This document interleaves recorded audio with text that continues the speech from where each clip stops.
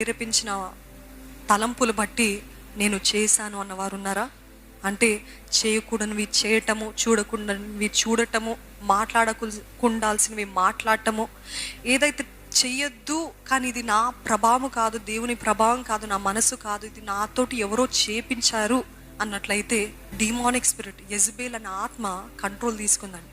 ఎప్పుడు కూడా మ్యానిపులేట్ చేయడానికి, మంచిని చెడుగా చూపించడము, చెడుని మంచిగా చూపించడమే దానికి ఉన్న speciality, the manipulation spirit. It is not about motivation చూస్తున్నట్లయితే అన్నీ కూడా ప్రోత్సహించి మనల్ని మంచి చేసేది కాదు. మోటివేషన్కి మ్యానిపులేషన్కి తేడా ఏంటిదంటే, మ్యానిపులేషన్ ఎవరు చేస్తారంటే వారికి స్వతహాగా వారికి ఏమైనా లాభము కావాలంటే, ఎప్పుడు చూసినా నేను ఏమి పొందుకోగలుగుతానంటే దానికోసం ఎంతకైనా దిగజారిపోతారు.